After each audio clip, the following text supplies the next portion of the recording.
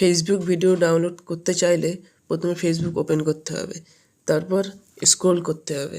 Scroll করে যেই ভিডিওটা ডাউনলোড করতে চাইছো সেই ভিডিওর নিচে শেয়ার অপশান থাকে, সেখানে ক্লিক করতে হবে এবং সেখান থেকে কপি লিঙ্ক করতে হবে।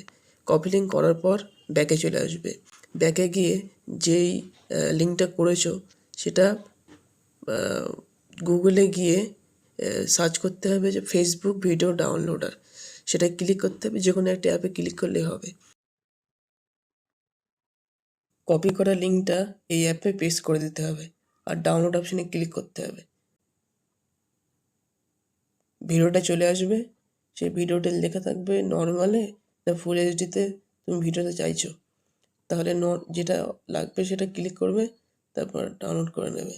আমার ডাউনলোড করা আছে, ওই জন্য আমি ডাউনলোড করছি না। এইভাবে তুমি ফেসবুক ভিডিও ডাউনলোড করতে পারবে।